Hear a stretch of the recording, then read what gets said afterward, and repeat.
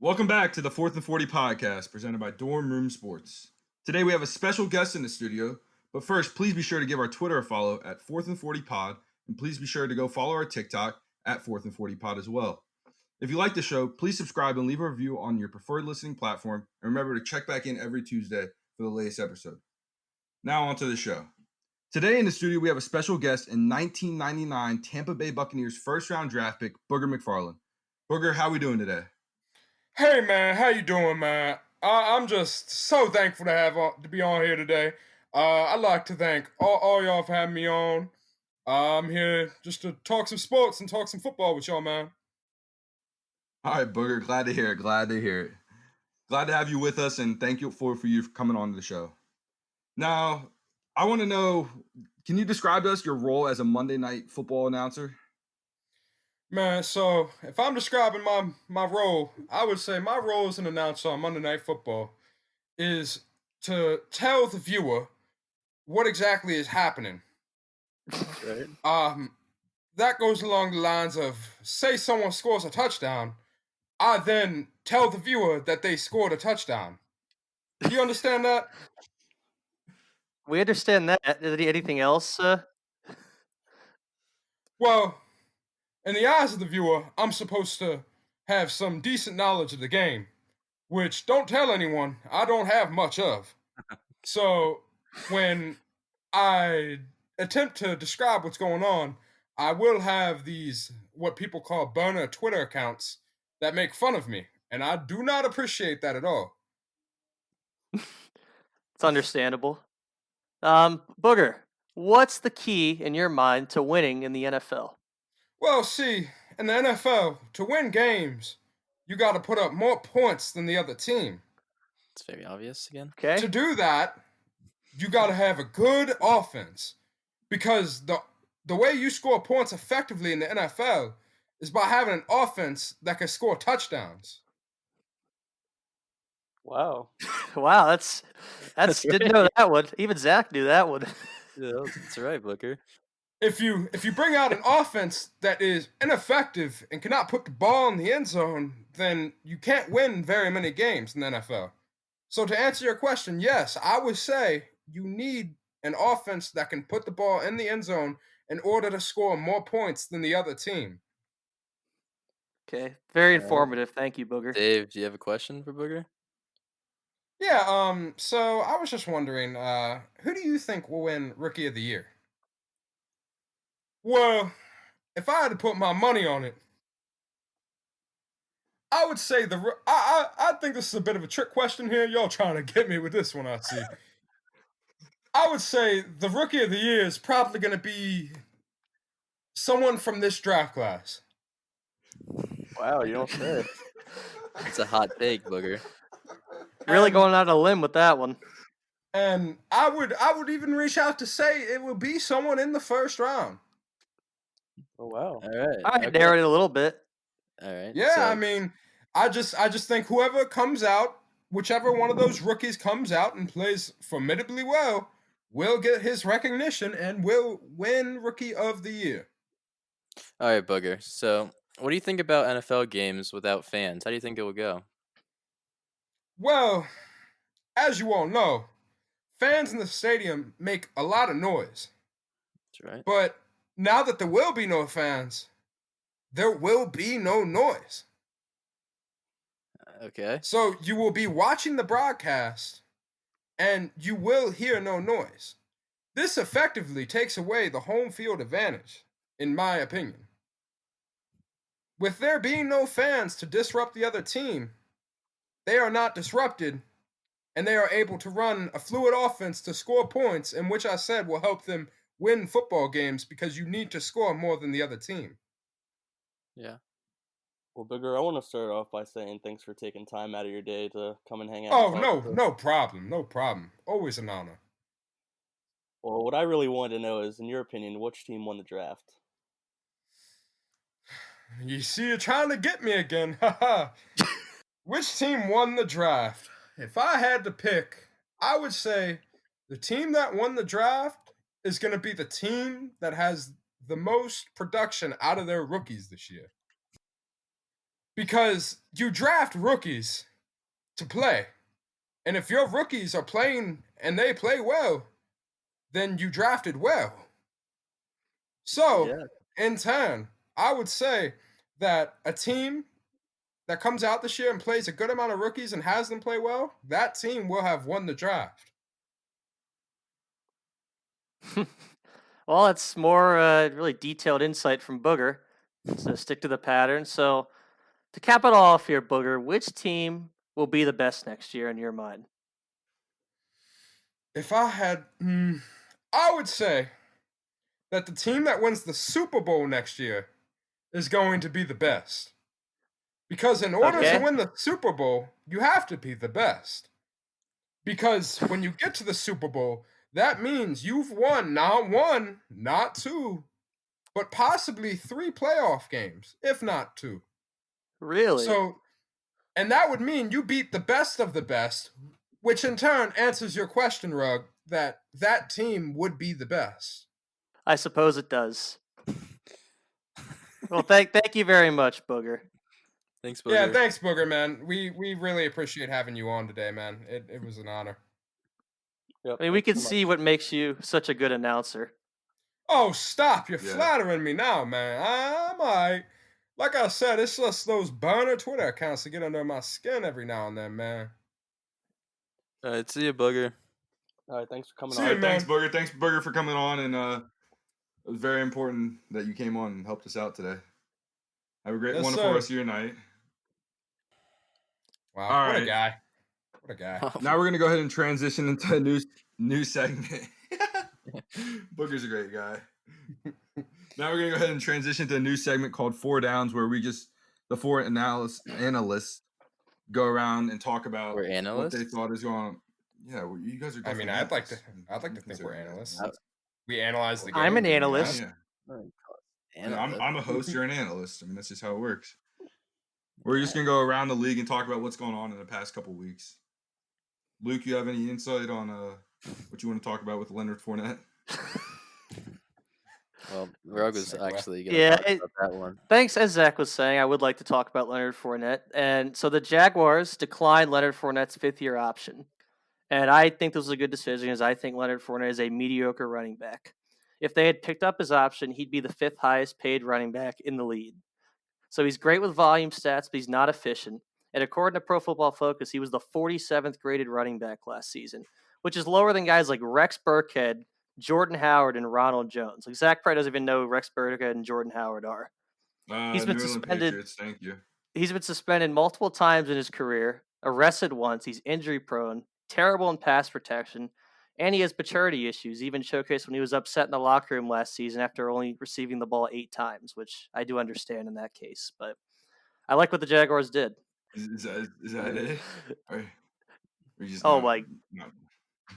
Yeah, it's very Yeah, obvious I what mean, ended.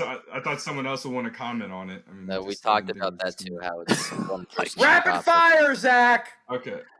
Yeah, I don't. Okay. Well. All right. Well, All this right, is well, enlightening. Andy Dalton.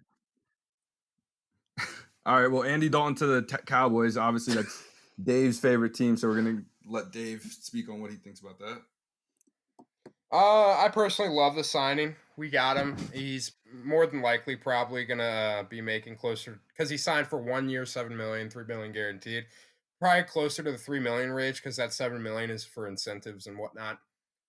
He's a quarterback, 87.5 career quarterback rating, 204 touchdowns and 118 interceptions. He's been to the playoffs multiple times. He's a seasoned guy.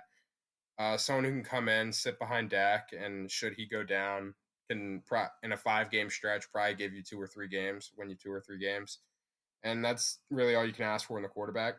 I'm under the team building philosophy that your team's only as good as your backup quarterback.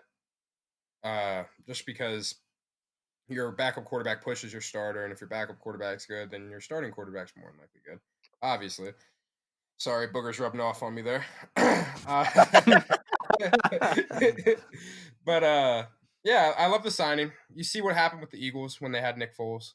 They had that lucky run to go win a Super Bowl, and should something happen with Dallas, I feel comfortable that Andy Dalton could run the offense very efficiently. And that's all I got. I think the backup helps even more with making the defense better because your backup runs against the ones on defense, and the better your backup is, the better your defense gets to work Agreed. in Yeah. training All camp. right, thanks, Booger. Can we move on to the rapid fire portion? All right, well, Jameis Winston, the new backup QB for the Saints. Luke's been hot on this subject, so we'll let Luke. Well, he signed his base contract was 1.1 million. Obviously, I mean, he's going to sit behind Breeze. He's going to learn from Peyton. We know what he did last season. What was it, 30 plus touchdowns, 30 plus picks. His decision making it's piss poor, really. He needs a lot of help, and I think Sean Payton Jr. is going to help him mature and maybe be the next quarterback after Breeze retires in a few years. And last but not least, Rug, do you want to talk about Laramie Tunsil Yeah, and his extension? I guess I'll just go without I think talking Mark on does. this. I think Mark does want to talk about Boo this Larry man! Tunsil. My bad, Rug. My bad. Mark, do you want to talk about Laramie Tunsil? Yeah, I would love to. Thank you, guys. For incorporating me in a bit. I forgot Mark existed. My bad. Anyways, Laramie Tunsil. I really think this was a mistake by Houston. I think they got backed into a corner trading 2 first-round picks to Miami. $22 million a year for an average, slightly above average left tackle, in my opinion, is a mistake. I think we're going to have this play out with the Rams as well. They're going to be forced to pay Jalen Ramsey and a guy like Ronnie Stanley for Baltimore. I wanted to see what Rugg's opinion was on paying a guy like him $22 million a year or more. Yeah, I mean, unfortunately, in the NFL, when bad teams do stupid things like the Texans, they traded. You can't train the farm for a guy who is and not get an extension in a contract year. Because now Ronnie Stanley is better than Laramie Tunsil is going to come to the Ravens and say, "All right, we're starting with 3 years, $66 million, $50 million guaranteed." And Eric DeCosta is going to say no, and then Eric DeCosta has to explain to Ronnie Stanley why he's not worth that money, even though he probably is, because the stupid Houston Texans decided that they were going to give Tunsil that amount of money. So yeah, it's going to happen with Marlon Humphrey too, because he's in the same position as Stanley when Jalen Ramsey gets paid. So, as a couple weeks ago, Bashaud Breeland, the Chiefs cornerback, was charged with resisting arrest and the transport of alcohol with a broken seal in a motor vehicle. Not very smart from a starting cornerback in the NFL, but this led us to talk about our all NFL convict team. And we have each of us will go around and give their picks for their convict team. Yeah, Zach. Each of us will Okay, go dude. first. I don't know how that's possible. Jesus. This will be the worst hosting I've ever seen in my life. Come on, Zach. This Also, is your first day on the job here. I want to fill in the blanks. Go back to the Jameis Winston, something Zach probably should have brought up. He got LASIK eye surgery recently, and he claims that he can read license plates now, that he couldn't do that before. I think that's a bit of a dubious claim. I don't think that he's going to magically turn into this really smart quarterback. I think it was that. I just wanted to bring that up. But anyway, we'll transition to the something I want convict to say on team. that. At what point are you driving down the road and you realize you can't read the stop sign, and it appears to you that maybe my eyes are fucked up? Like, Reading a like stop what? sign, Like, license plates are- Read the you stop really sign. no, don't there's think. a point. No, I read something that he couldn't read signs and stuff. He was having trouble reading So- road signs and everything. Like, at what point are you driving? You're like, I can't read that. My eyes might be fucked up. I don't Like, need to read the what fucking point stop did- sign. like, I get what you're saying, though. It's an interesting point. like how, if you can't see, you can't see. I don't understand when this all just like how it just happens. It's called How saving your not being able to career. see is something that just happened. Oh, I tell people I can't see, and now they might want to sign me. He's pulling a John Cena. You can't see me. Oh, geez. I You mean, that's can't be horrible. serious with that one.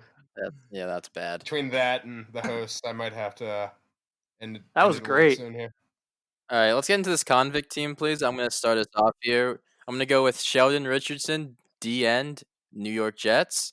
This happened a few years ago, not too long ago. Some of you may know what happened, but basically, he was pulled over for speeding. He was going 150 miles per hour with his 12-year-old kid, and with a handgun on him, and also smelled of marijuana. Now, I like to give some of these guys the benefit of the doubt. I really do, which I will later. But this I don't know what happened here. It's just terrible judgment by him. I just don't know. I guess that means I'm All right, next. Rug, you want to go? Oh. Yeah, sure, Dave. Go. So before I start, I'd just like to mention my team, just amazing. They're just so explosive. They shoot out of their stance, and they really have that dog in them when they fight. They just got it. So my first guy, Greg Hardy, defensive end, formerly of the Cowboys. So he was a big MMA guy, and I guess when he got home, he liked to take that out on his girlfriend. And I mean, he was just practicing his all, and people didn't realize that, I guess. But he just got thrown on the bus. Very talented guy, very talented. All right, I'll go next. My first selection is Ricky Manning Jr. Not many people know who he is, but he was drafted by the Panthers in 2003. His rap sheet includes a few assault charges, and then to cap it off, he decided he wanted to call a student an ugly fucking Jew and a faggot, and then he proceeded to beat the kid senseless with a few of his friends. I thought that was a standout character, and Yeah, what a stand-up guy. A real great guy. Just really, Sounds like a really gentleman. Walter Payton Man of the Year candidate. Mark, you want to give your first selection? I'd love to, Zach, and I want to start things off by talking about this walking piece of human garbage known as Albert Hainsworth.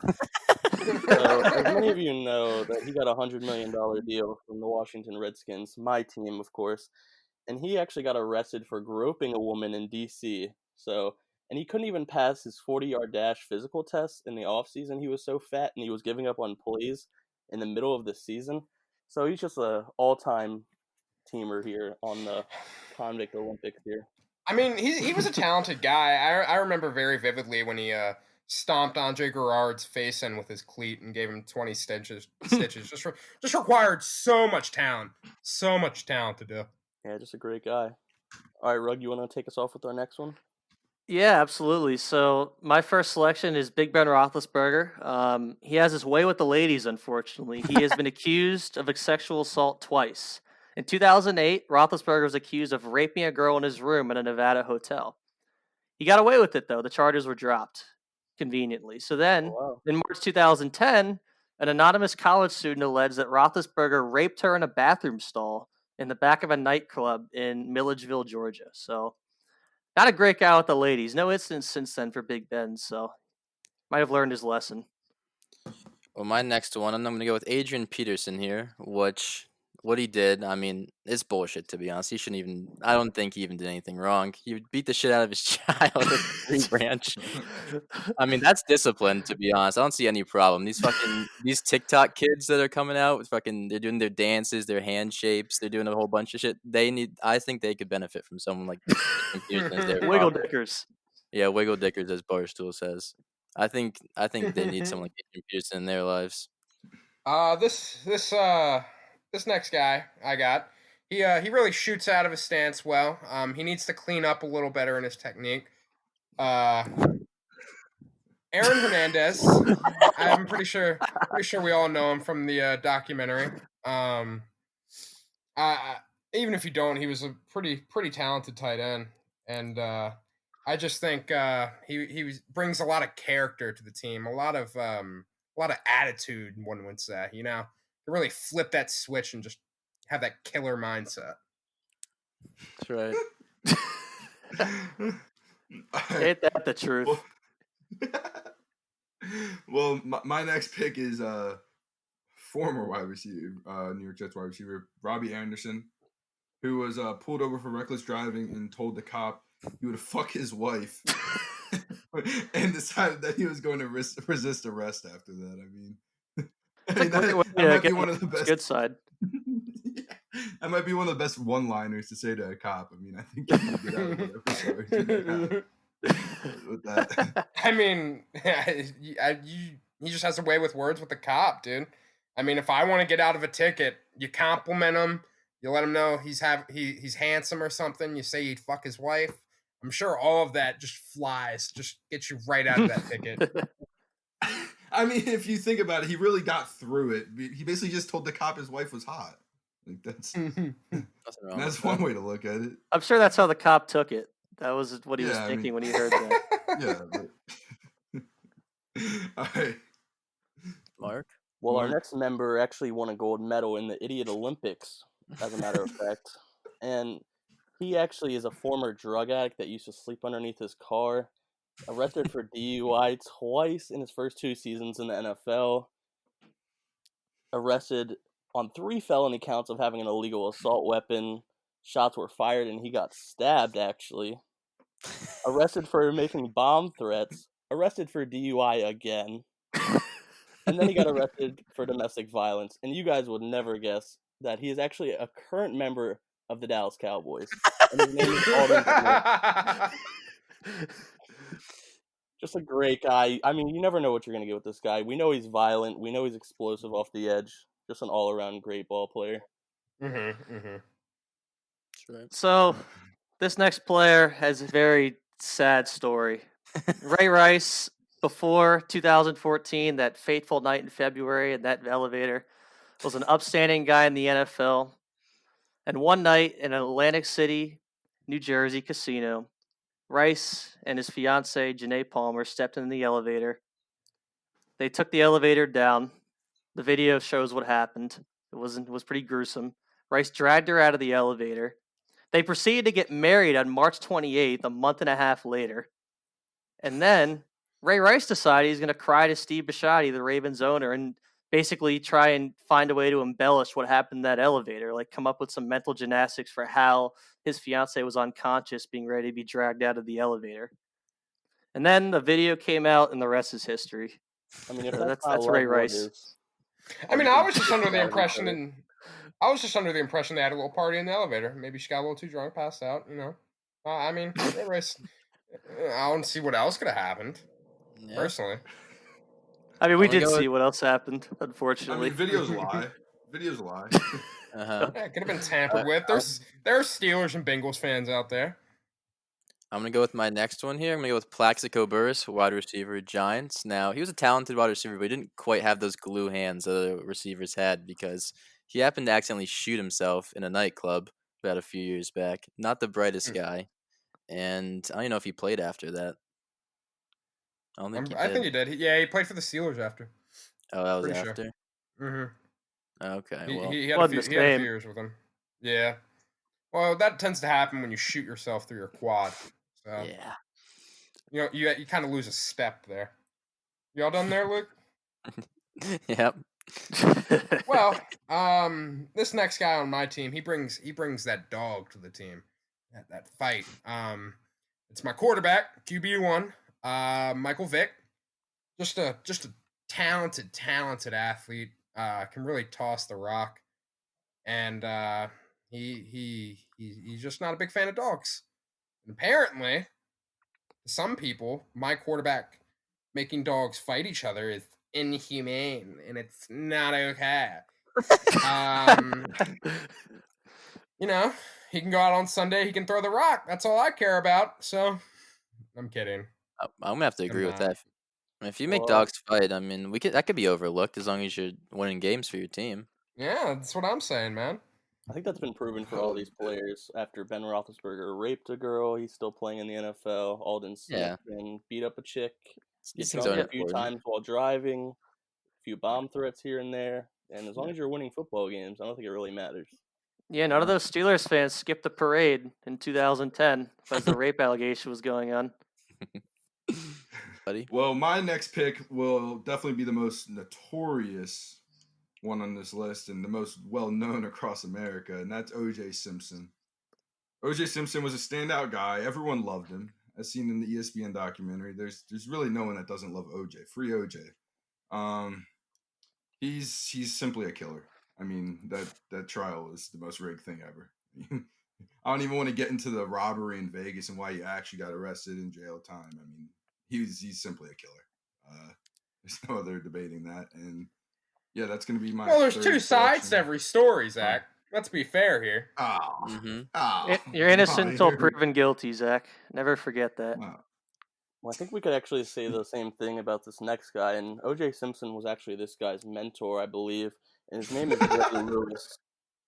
He was actually accused of double murder, and for some reason, I don't know who he paid off, but he was set free, innocent. I don't know how he's in the Hall of Fame. He was a below-average talent his entire career. I couldn't agree more. Okay.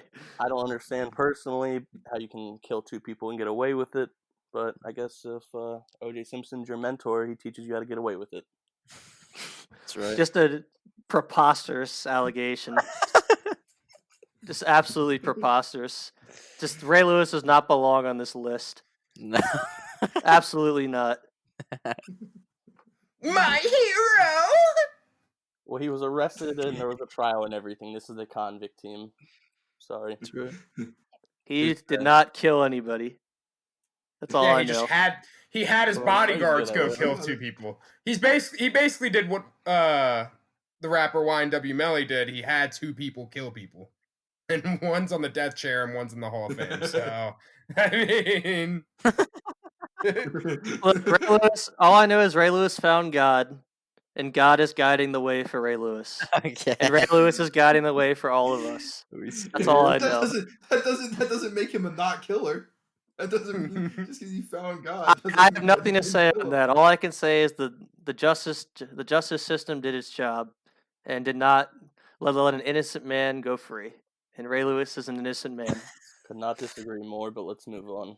All right, so I'm gonna move on to someone who actually deserves to be on this team. Pac-Man Jones. Adam Pac-Man Jones was a former cornerback for the Cowboys, the Bengals, and one or two other teams. He's been arrested not one, not two, but 10 times in his NFL career. One of those arrests occurred in the 2007 season when Pac-Man was very disappointed in the performance of a stripper at a Las Vegas nightclub, so he proceeded to slam her head into the ground. And then one of the members of his entourage was even more angry, so he fired a gun off. But other times, Pac-Man isn't always guilty. Like, for example, in 2018, Pac-Man Jones was just randomly attacked in the elevator. The attack just fell out of the sky, and he beat the shit out of the guy. So in this case, he wasn't guilty. But he's always in the news and definitely belongs on this team. Well, let's be fair to Pac-Man here. Maybe he didn't get all he thought he was going to from that stripper, and he thought he had to take action. I mean, I Certainly think pretty possible. disappointed. I could see another side to that story.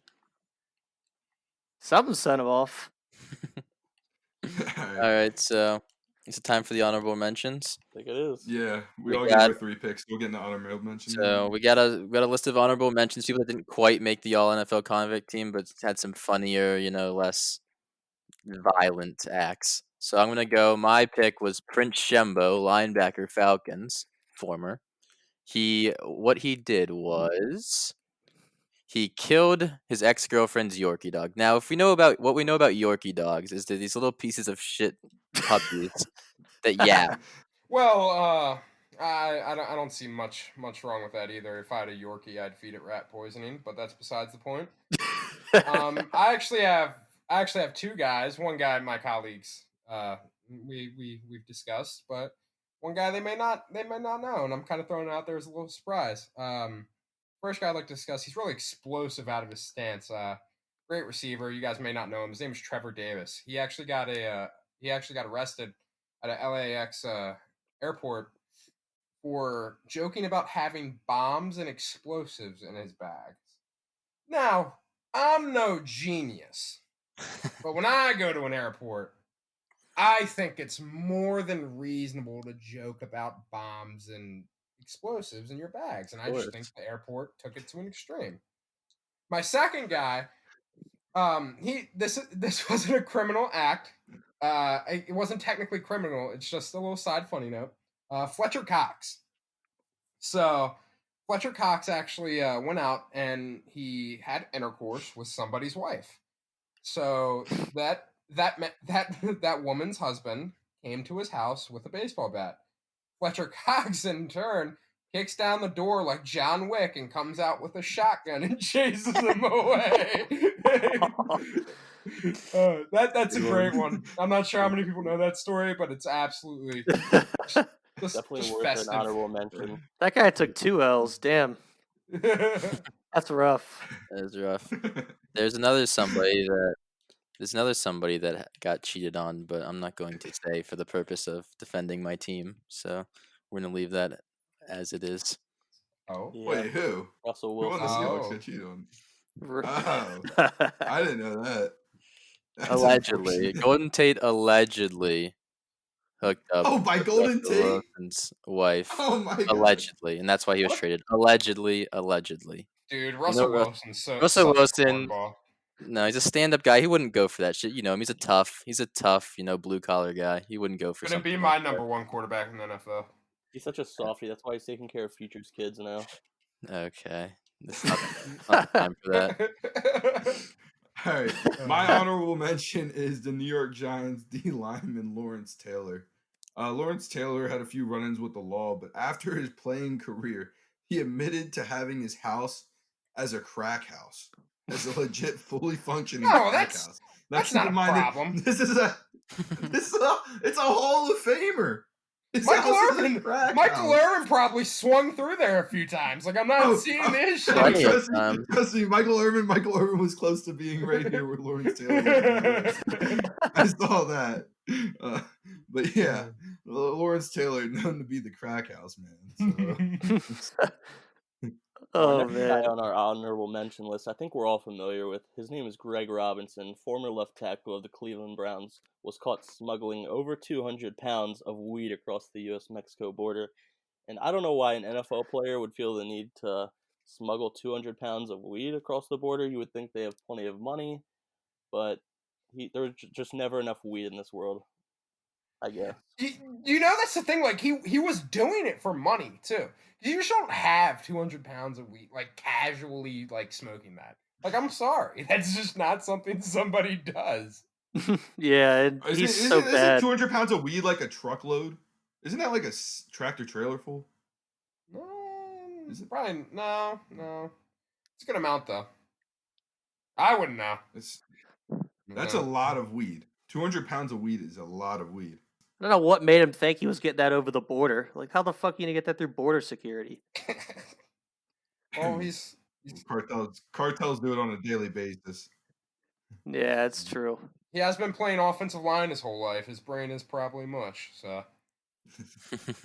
He's also very bad, so he's probably preparing for not having a job again anyway, because he's probably one of the worst left tackles in NFL history those last couple of years.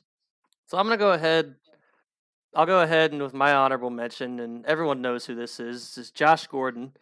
Josh Gordon has been suspended 5 times in 8 years for substance abuse, whether it's marijuana, drinking alcohol when he's not supposed to after he's already been suspended for marijuana. He's been reinstated 4 of those times, but in spite of that, he got suspended a 5th time with Seattle this past season. Just he fit right in with Seattle, but What? He's Says the Seattle Ravens, man. what? weed guy in Seattle. It's fit right in, Uh, but Josh Gordon. Imagine having that much talent, being a Hall of Fame talent, and just pissing it away. That's what Josh Gordon did. That guy was so good when he came in with Cleveland. He still Those is. first couple years. Yeah, he's still talented, but he's just wasted his talent. It's just kind of pathetic. So he definitely deserves to be on this list, and he could be on like an all stupid list too, if we Yeah. do that. Idiot Hall of Fame. Does Josh Gordon get reinstated again with the CBA? Having should. weed not be a problem anymore. There's Sure he no would. He's reason got he more he shouldn't. will. defenses than anyone I've ever seen. I think they just reinstated him and didn't make place little side bets. All right, how long is he gonna last? Like 6 games next season, 4 Well, games. he'll last. Weed's not. It's not. No, Yeah, but I guess his it's last gonna be suspension was PEDs apparently. So I guess we'll see. He'll find something He had else. to find a new way to break the rules. Yeah. He's just not capable of staying on the right path with the NFL. Well, he also had a real problem. Like it's not like I mean, Oh, boo-hoo. Get over it or get out of the NFL. Johnny Manziel got kicked out of the that's what NFL. I'm saying. That's what I'm saying. I mean, a lot of these guys have real problems on this list. That's why a lot of these guys have real problems. No, I agree. I was just wondering if you guys thought he'd get. Yeah, we just talked about Aaron Hernandez 20 minutes ago. Oh, Josh Gordon can't stop smoking weed. He has real problems. Okay. Yeah, Right. Josh Gordon, man. Anyway, I think it's a good time to move on here. All right. Well, next year we just got through the last draft. Next year we actually have one of the most interesting QB battles, I guess, going into the college football season coming up, and that is between Justin Fields and Trevor Lawrence. Another person that Dave is absolutely in love with, who thinks will be a top 3 QB, will be Trey Lance. Dave, I'll let you go ahead and introduce this QB, Trey Lance. Yeah, I'll introduce him because I think he belongs up there with Trevor Lawrence and Justin Fields in this next draft class. He comes from North Dakota State, same school as Carson Wentz, as many people know. Uh, uh, if you look him up, the first thing that'll jump out to you is 28 touchdowns and 0 interceptions, and that is with 10 plus rushing touchdowns as well. This kid belongs in Power 5 play. He shouldn't be touching FCS play with a 10-foot pole. I think he could be winning championships for a Power 5 school after watching him. I watch him, and the thing that jumps out to me is I think this is what people want Jordan Love to be. Like, I watch Jordan Love, and I don't get why people are so excited about him. I watch Trey Lance, and it's like, is this what people see when they watch Jordan Love? Like, this kid he has like a 65, 70-yard arm. He has zip on his balls across the middle. He can hit throws on the sideline, and he runs like a Mack truck, dude. And he doesn't take big hits. It's rare you see someone who can run with power but not take those like pounding blows going across the middle. I just think he's gonna have an even better year than he had this past year, which may seem impossible. But I think the offense. He was a redshirt freshman last year. I think the offense is gonna be opened up to him a little bit more, and I think he's gonna give his claim to be placed with in a discussion with Lawrence and Fields. What does he have to do to be able to get into that conversation, you think? Because, I mean, it's Well, Carson Wentz scenario. First, he has to win a national title for FCS, which for North Dakota State, it's like slicing a knife through butter. I think he has to prove his decision making has to be perfect, because on those lower levels when you're playing slower competition than you would be at the FBS level, the Power 5 level, the defenders are a little slower. So if you show me that you're not a great decision maker at that level, then I don't really trust you moving on to the NFL. I think he's a great decision maker though. I think he's gonna. I personally feel like the hype will. He doesn't have to do much else from what he did last year. I feel like the hype's gonna pick up on its own. And sort of like Carson Wentz, he's probably going to be like a second, third round guy up until about December this year. And then once the draft process really gets rolling, I think people are going to start seeing how talented and how good he really can be. And I think he'll climb up into the first round discussion and eventually climb into that quarterback discussion with Fields and Lawrence.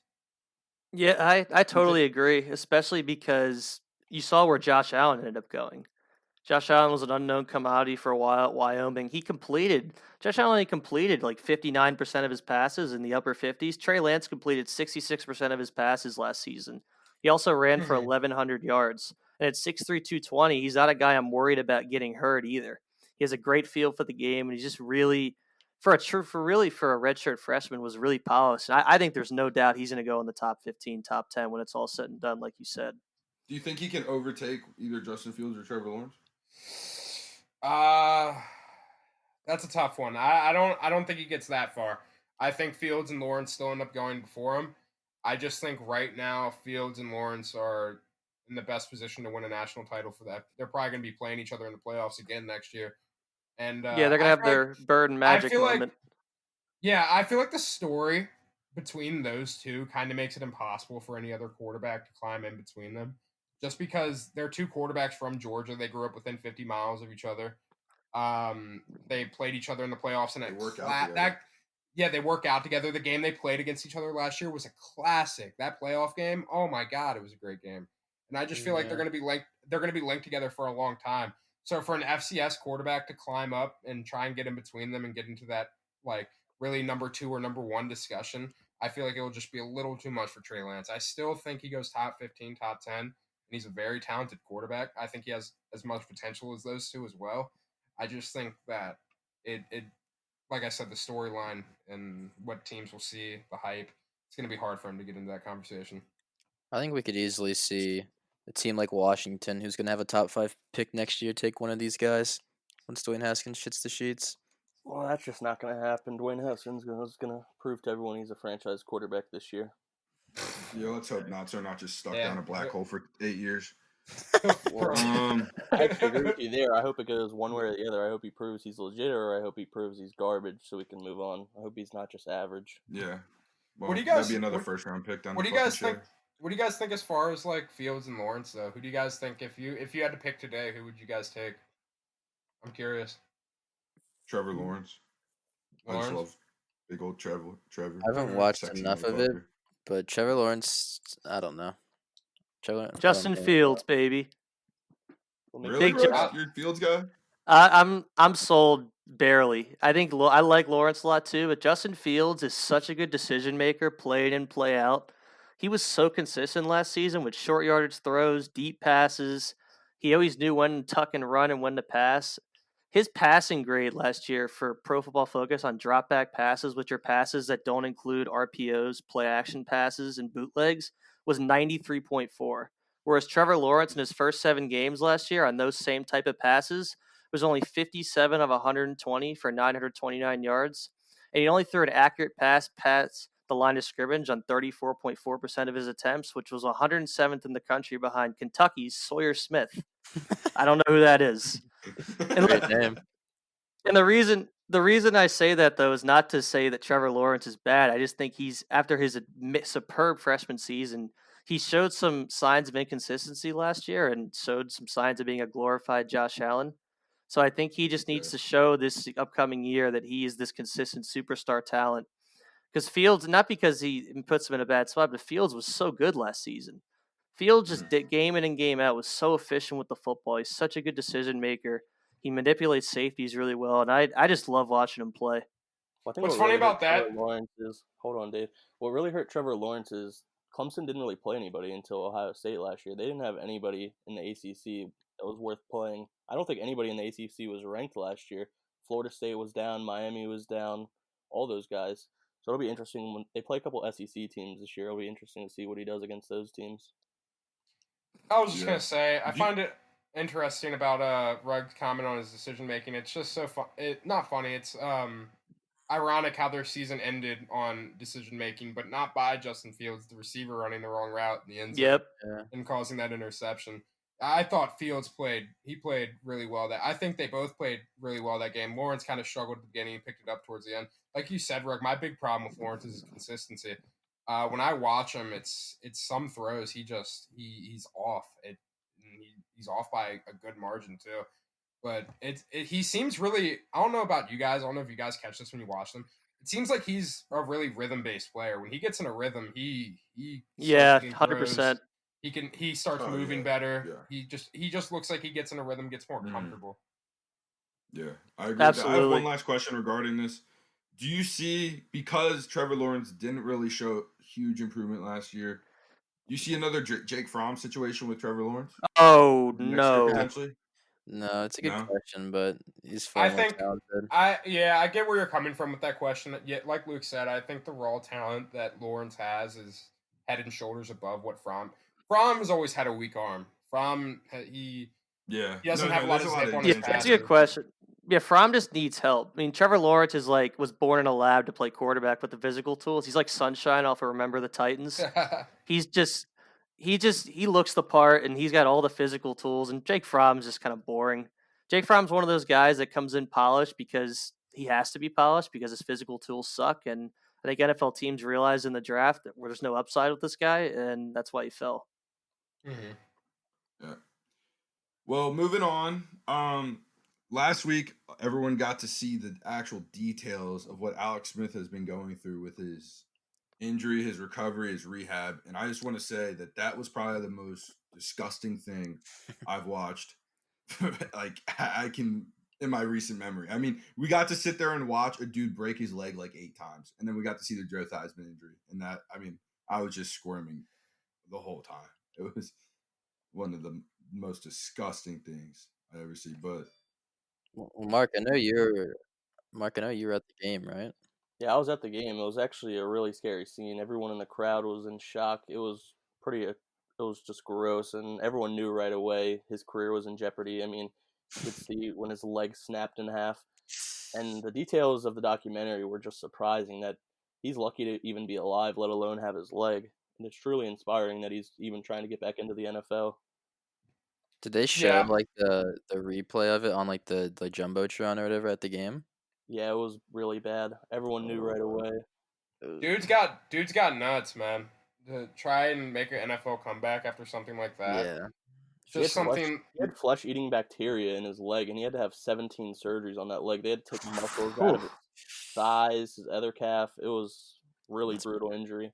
Did they Did explain you guys what see the happened? pictures? Yeah, no, they're crazy. But did they explain in the documentary what happened about his injury, his broken leg specifically, that was different than just other broken legs? Yeah, basically, It was just an infection. in the initial injury, like everything was good to go the first couple days after the initial surgery. Everything looked good, Mhm. like he was going to be able to play again. And then he had several injuries, and it ended up being so bad that they had to bring in the Army medical service because it was like a bomb injury. They said like an explosive went off on his leg. It was so bad. Oh my god. Jesus. Holy Yeah. shit. Yeah, they had to get. Greg, did you Department of not watch the Defense in. documentary? It was rough. I didn't watch it, no. I Dude, there also were a didn't couple watch it. pictures in there. There's a couple pictures in there that they showed once they got the flesh-eating bacteria out. Dude, they took off half of the dude's calf. You could see like the pictures were unbelievable of what he went through. I mean, and also if you go look at it, his leg now is just deformed. Like it doesn't look like it can be walked on. It was so gruesome. If I you mean, see the pictures, it didn't even look like blood was leaking out. It was like a black substance coming out of his leg. That it was infected so badly. Yeah. Yeah, sometimes you hit that, you just get hit in that spot. Everybody knows like the human body's intricate. You get hit in a few different spots. A few different spots can be very crucial to how like you recover from an injury. Like with him, where what exactly did he break in his leg? Do you know, Mark? His two leg bones. I don't know exactly what they're called, The but The tibia and ones, fibula, I think. Tibia and yeah, the fibia. ones in the Tibia and calf. fibula. Yeah, he broke both of Huh. those. Yeah. He's clean broke both of them. And then they said the infection most likely came from something dirty on the transport, whether it was the air cast because it was It could exposed. have been the dirt on the field. Yeah. It could have been The anything. dirt on the field and then the sweat from the sock and stuff was something that could have been caused an infection. Just there's not being completely It was clean. very similar to the Joe So- Theismann injury. Luckily, Joe Theismann Exactly just so, didn't yeah. have the infections. I mean, he just caught a Yeah. bad break. Wasn't Luckily, he it- saw his leg and everything. Wasn't it like a certain amount of years to the day that Joe Theismann broke his Yeah, leg? And wasn't I Joe believe it was- Theismann in the stadium as well? Yeah, I believe it was the a same day. different stadium. It was the same day, 20 or 25 years later, to the same exact day. So That's crazy. That's actually That shit insane. that's fucking crazy. Like, what are the odds of that? Oh my god. That if you haven't checked it out, that's something that I would definitely just go look at the YouTube clips on, just so you can see how gruesome, if you can stand it, how gruesome it was. I mean, it was crazy to see that. But next, going forward, we want to talk about the Cowboys' roller coaster years, and are the Cowboys even the favorite in the NFC East to win? No. I mean, Yes. You guys can go first. I'll take a back seat on this one. Rug, go I ahead. usually talk about the Cowboys. No, a lot, so. I think the guy who crapped all over the Cowboys draft should start us off here. I want to hear more of, because I hate the Cowboys. I want to hear why they're bad. And Which maybe one, come me to or your Luke? side. We Both both- of is you, it- whoever wants to go. both shit on it. Oh, Mark, go ahead. Well, the Cowboys just aren't a good team. As we know, Dak Prescott is not a franchise quarterback. He's not even top 10. Zeke is an overpaid fat running back behind a mediocre offensive line. After the loss of Travis Frederick, they're just not the same group. Tyron Smith has chronic back problems. I mean, I don't see what anybody sees with this Dallas offense. They're just not good. Well, So on a more wait, hold on. My Washington Redskins are gonna get the clean sweep on I Dallas mean- this year. all right, Uh, next. well, on a more All serious note, credibility's gone. on a more serious note, I mean, sure, they did have a good draft, so people say. I mean, does having a good draft before a snap of football played really mean anything? No, it doesn't. And also, they did have a lot of key losses that I don't think are going to be replaced. I don't feel like it's not being talked about. I feel like the draft talk kind of is dismissing like how important the losses like Travis Frederick, Byron Jones, Jeff Heath, people like that really were. And Alden Greg, Smith or what's is his gonna be name? back in prison by week Robert 4. Quinn too. I think with the Cowboys, you're right that their secondary is their biggest concern with losing Byron Jones and Jeff Heath. But I like what they did addressing their defensive front with Gerald McCoy and Dontari Poe. I think their front seven was weaker last season than it's been in years past. I think, Dave, I want you to talk about this a little bit more, but what do you think with their defense? What do you think went wrong last season? 'Cause I thought their defense way underperformed. I like to blame the coaching staff a lot for things, and I'll be joking a lot of time. I really think it was the way the defense was coached last year. Our defense was a very bendy but don't break defense, so we were okay with game. But the problem was we would bend to the point where we would break a lot. We would give up long drives, and what would end up happening is the other team would end up punching in, or in big games we would force field goals. In big games we would force field goals, and those would be the games where our offense would crap out. So we had a lot of those problems where the offense would be crapping out and the other team would be having long drives. What I like about the Cowboys this year and why they're my favorite to win the NFC East is we brought in a new coaching staff, a very turnover-centric coaching staff. And that's why I feel like the loss of Byron Jones, while it's big, that's probably our biggest loss, I would say. That loss isn't going to have the impact I think a lot of people are thinking it's going to have, just because he wouldn't fit in the scheme as well. Byron Jones has always been a turn and play the hands receiver. We drafted 2 corners in this draft that are going to turn and play the ball, which is a Cowboys fan I haven't seen in millions of years. And I can't be more ecstatic to see that. I think our front seven is going to be a little more stout with Dontari and Gerald. And Neville Gallimore, too, who had a second-round grade. I had a second-round grade on. We got him in the third. Luke brought up the loss of Travis Frederick. Travis Frederick played awful last year. He was not very good, and I think he benefited from having Zach Martin next to him a lot. And he wasn't terrible. He just wasn't as good as people think he is. I think we can plug in a center, and if he's starting caliber, not terrible, it replaces the production. I don't see. I think the Cowboys and the Eagles were close at the end of last year, and I don't see what the Eagles did to separate themselves, but I see what Dallas did to separate themselves. Yeah. But the question is, are they the favorite in the NFC East? I think so. Yeah. Exactly. Who's beating them? The Eagles. The Washington Redskins. That's who's No. All right. Credibility revoked. Yeah, Let's hit that mute button We're more. gonna have a top 5 defense next year, and if before we think he is, then I heard that last year too. What happened? No, they were all injured by week 7, Rug. Injuries. Oh, of course, that's right. One guy got hurt. It seems to always be week 7 too, Rug. It always is. All you have to do is do a quick Google search, and you can see we're the most injured team in the past 3 years. Oh no, I just feel like Dallas has what a lot of people are ignoring right now is Dallas's title window seemed to be on the close last year. We definitely just jacked that bitch back open.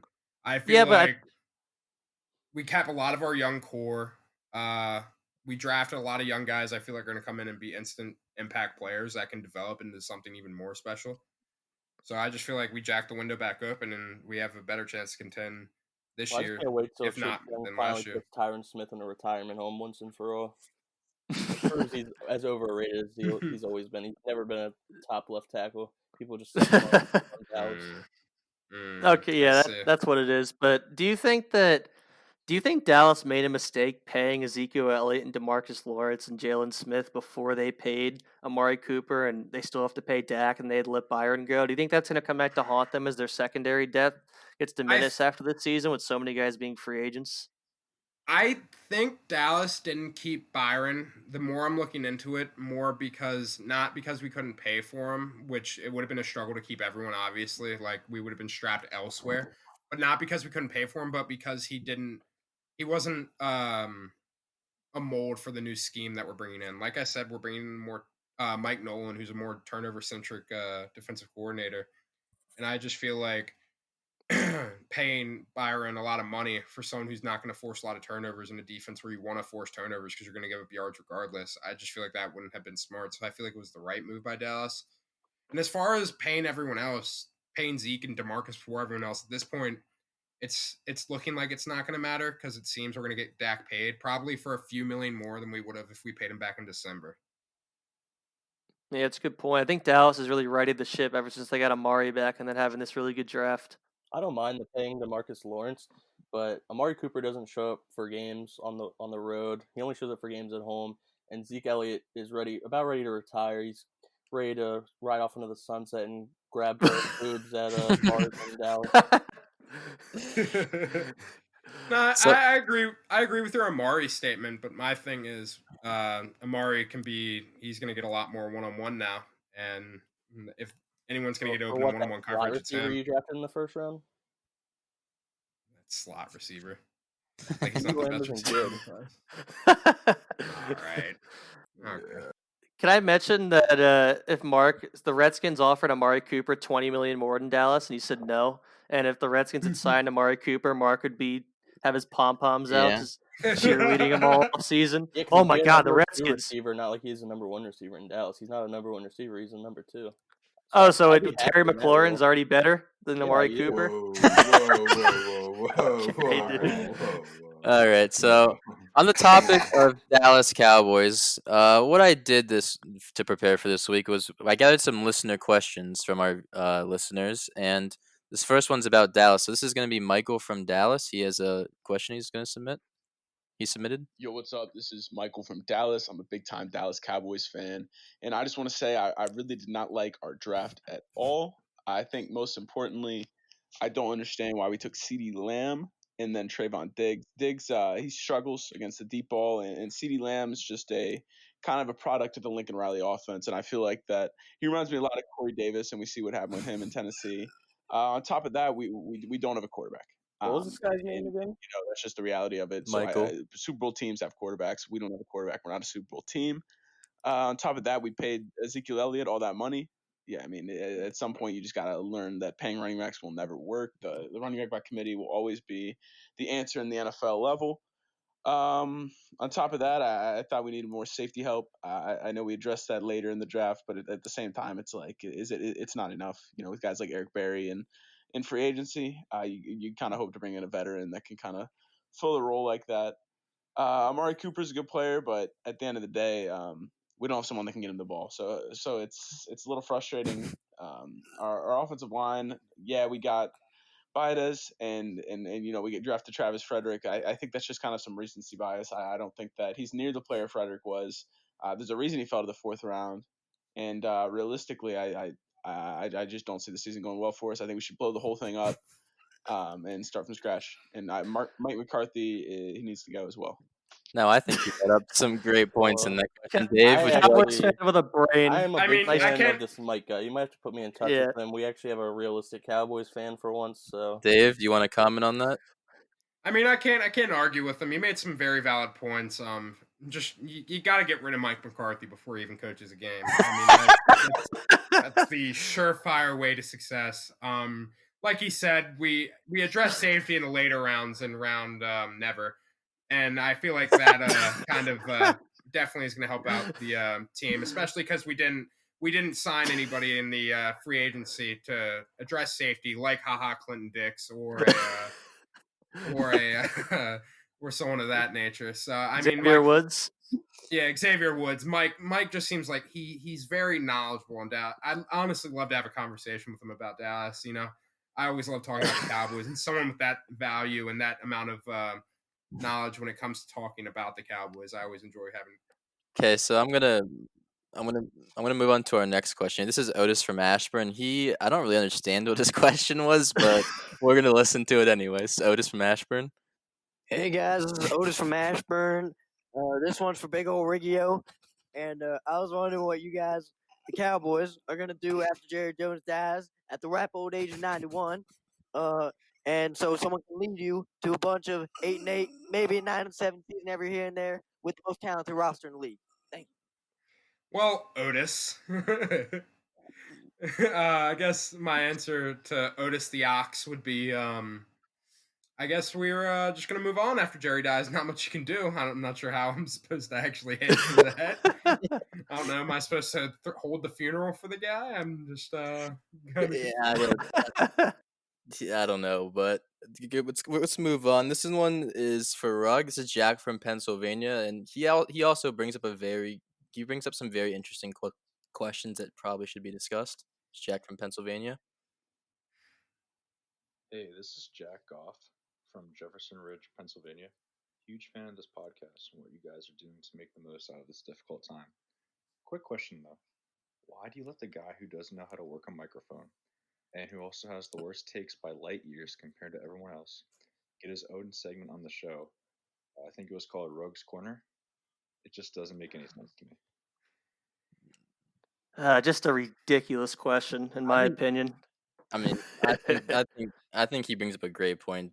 I mean, you do not know how to use a microphone, and you do have a terrible bit. I think this definitely should be something that should be. I think we average I a think- wait time of 40 minutes an episode waiting for Rugg to fix his mic. I mean, if we're being honest, Rugg's Corner just sounds like a stop for prostitutes. So. Yeah, I'd honestly rather wait be put in a concentration camp than have to listen to Rugg's Corner every week. Okay. Let's calm All down. right. Well, Jack from Pennsylvania, I presume, is a Steelers fan. So if he thinks I takes are bad, then I'm gonna keep doing what I'm doing. Yeah. Enjoy the cellar of the division, baby. Is that- And You tell him, Rugg. Go ahead. regarding Rugg's Corner, it's just a brilliant segment. It's gonna get better every week. You're gonna learn something new every week and We'll laugh a be little getting bit into it too. shortly here. We're gonna get right into that after this bit. No, we will. I'm excited for this one. So our next one is Rex from South Carolina. He has a Redskins question. Hey guys, this is Rex from South Carolina. Big fan of the show. This question's for Mark and Zach. How do you think Dwayne Haskins feels being the 5th best quarterback in the division after Jalen Hurts was just drafted? Thanks, guys, and keep up the good work. Well, I just want to start out by saying he's not the 5th anymore. He's the 6th after Andy Dalton's now in the division. I love it, honestly. It's just another first round pick down the shitter for the Redskins. I mean, as you can see, I'm a realistic Redskins fan, and I just realized that we're just not going to be good ever in my lifetime. So, Yeah, Zach is such a realistic Redskins fan. He doesn't know how many Super Bowls we have, who coached in any of those Super Bowls, can't name 5 players on the team, doesn't know our quarterback's number, he can't name any of those. So, I mean, why does that matter when I'm just never going to get to watch one? yeah, well, you clearly don't even watch know any that of the one. games now, so let's keep up with that trend. No, I do now. I watch them. Yeah, well, I mean, you're the one that usually we quits couldn't halfway through the tell. season talking about draft picks.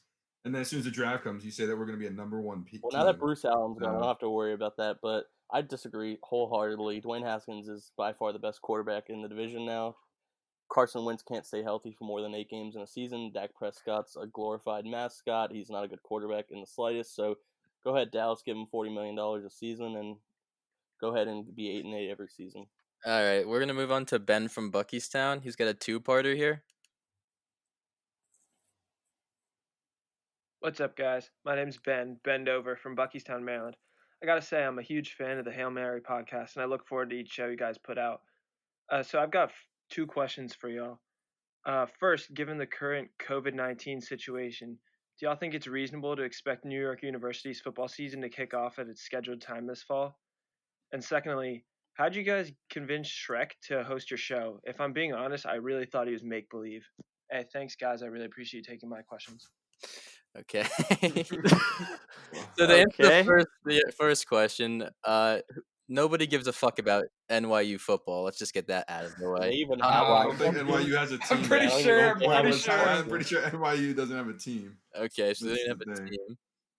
Yeah, because if they did, they'd be unfair, undefeated. They probably beat Crazy Washington. amount of athletes. Wouldn't be far off. And then the second question, I'm guessing he saw your Twitter picture or something, so he's calling you Shrek, which isn't far off. I mean, I think that's easily disputable. I mean, it took a lot of convincing for us to let Zach on the show, but he's our friend, so we couldn't really say no. Mark. I mean, we talked a lot of shit, but at the end of the day, we love him. It's true. Oh, thanks, Mark. Aw. Thanks, Mark. Thanks, Mark. All right, here's our last one. I'll make sure to get you a cream filled this time. Yeah, after post edit, make sure we don't talk shit again like we did last time before I end your life this episode. All right, so we're gonna move on to our last question. This is mainly a rug question. This is about the Ravens. This is gonna be Bruno from Cleveland. What's up, guys? This is Bruno from Cleveland, and I know at least one of you guys is a Ravens fan, so I just wanted to kind of get your opinion on, with the way the Browns draft went and how their offseason went. I mean, it's safe to assume they're the favorite to win the AFC North now, considering Baker will have a clean pocket with Conklin and Jedrick Wills. We drafted future Hall of Famer Donovan Peoples-Jones in the 6th. We got Grant Delpit, who's arguably the best player in the entire draft, at pick 44 in the 2nd round. On top of that, we get to bring back Kareem Hunt. Odell's got his head in the right place. I mean, it's just got to be frustrating for the rest of the AFC for the Browns to come together the way that they have. Well, I'll say this, Bruno. The Browns have had a good offseason. There's no doubt about that. I really like the draft you guys had. Like you said, Grant Delpit was a good value, even though you definitely had a few exaggerations there. If you're relying on Odell's head being in the right place, good luck with that. I'll take my chances. The Browns have certainly improved this offseason, but I feel the Ravens should still be the heavy favorite. And the Browns fans continue to win the offseason and be excited about the offseason, and the Ravens fans will just be ready for week one, and we're going to do what we do. Well, I just want to talk about how someone just said that Odell has clear headspace. Yeah, it's not going to happen. That's delusional Browns fans right there. Like that's just. But Browns fans are used to that. They're used to the turmoil. They don't know what winning, what it looks like, what a clean organization, what that looks like. Yeah, I guess For you don't have to God's worry about sakes, that they're called the anymore with the Browns. no weed policy. So Ravens fans. Yeah, I mean, we can't really call the Ravens a clean organization when they have a murder. No, it's not weed in Baltimore. It's heroin. Let's get it right. That's right. It's all right. We'll be ready to roll. Our core is not getting arrested. We're ready to roll next season. All right. Well, do we want to go ahead and get started with our Rugs Corner topic this week? Rug. Oh shit! I'm gonna go take a piss. What do you have for us this week? Oh, this is gonna be fun. I've been so excited for this one. So today on Rugs Corner, I'm gonna tell you the story of Pistol Pete Maravich. Oh my god! Jesus Christ! Who? Pistol Pete Maravich was one of the greatest basketball players in NBA history. And as good as he was an all-star team up on NBA 2K, he's even better. He was even better in real life. He was born on June 2nd, 1947, in Alaquika, Pennsylvania. He attended LSU University, and he averaged 43 points a game. He was drafted by the Hawks, and he was known for his highly entertaining play in big numbers, but also mediocre seasons and quick playoff exits for the team. Hence where he got his nickname, the Pistol. He played for the New Orleans Jazz, where he had his best seasons, but was also known as a me guy. He was known for his flashy passes, but those weren't accepted during this time. What the hell He is the New retired Orleans Jazz? Is that a real team? Yeah, that was a real team during the 70s. He retired in 1980 with a bad knee. He was inducted into the Hall of Fame in 1987, and unfortunately, he died on January 5th, 1988, of a heart attack while playing pickup basketball. He was only 40 years old. R.I.P. to a legend, Pete Maravich. Wait, I actually didn't know Pete Maravich died. I actually didn't know Pete Maravich was Okay, well, thanks for the perfect timing. Sounds like you guys wrapped up. Thank God. Yeah. Thanks for the meaningless history lesson. All right, Zach, send us out of here. Let's get out of here. All right, well, thank you all for tuning in and giving this episode a listen. We appreciate it, and please go ahead and hit that subscribe button if you like what you heard, and please leave a thumbs up. And please go ahead and give us a review on Apple if that is what you're listening on. Thank you guys, and have a wonderful rest of your week.